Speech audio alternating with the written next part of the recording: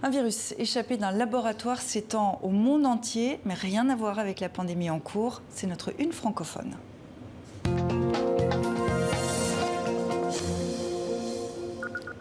Et on parle littérature avec vous, Xavier Muller. Bonsoir.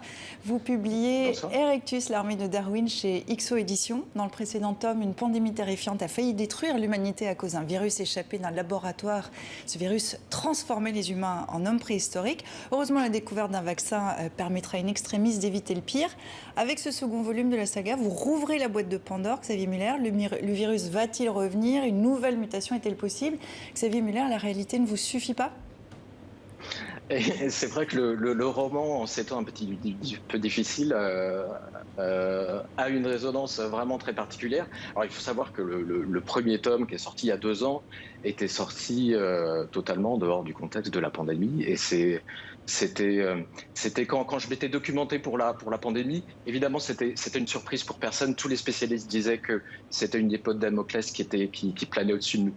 Et pour le deuxième, il a fallu, je me suis un petit peu nourri de la triste réalité qui nous tombait dessus pour ce livre. Et là, je suis parti d'un autre principe. Je me suis demandé, et si c'est ce virus, le virus que j'avais inventé, qui fait régresser les espèces, qui fait transformer les chiens en loups, par exemple, est-ce qu'il pouvait être mis à profit par des gens bien intentionnés au départ, mais pour être utilisé comme arme? C'est un petit peu ça le point de départ de ce deuxième tome.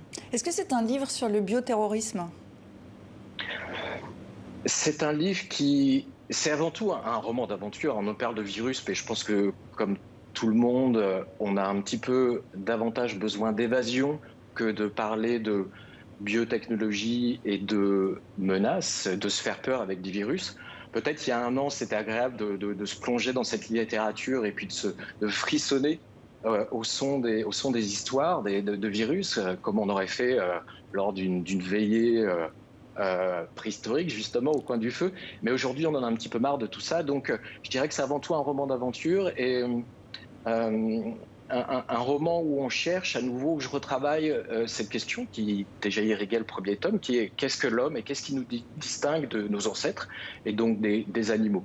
Et donc je creuse cette idée-là parce que les terroristes, enfin en tout cas les gens qui détournent l'usage, les fonctions du virus à leur avantage, cherchent à redonner sa couleur primaire à la Terre, à l'humanité. Et vous dites, d'un mot rapide, vous dites avoir voulu descendre l'homme de son piédestal. C'est un livre sur l'écologie?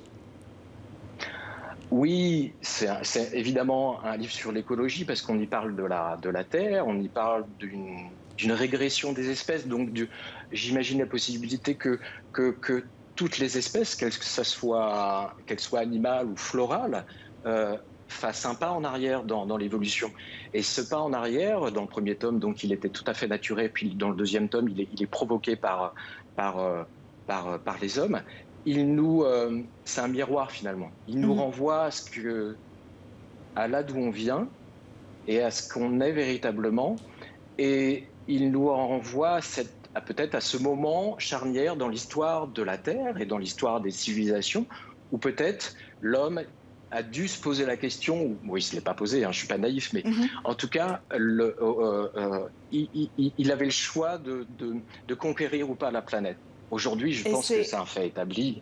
L'être humain a creusé son nid, a fait son nid sur toute la planète.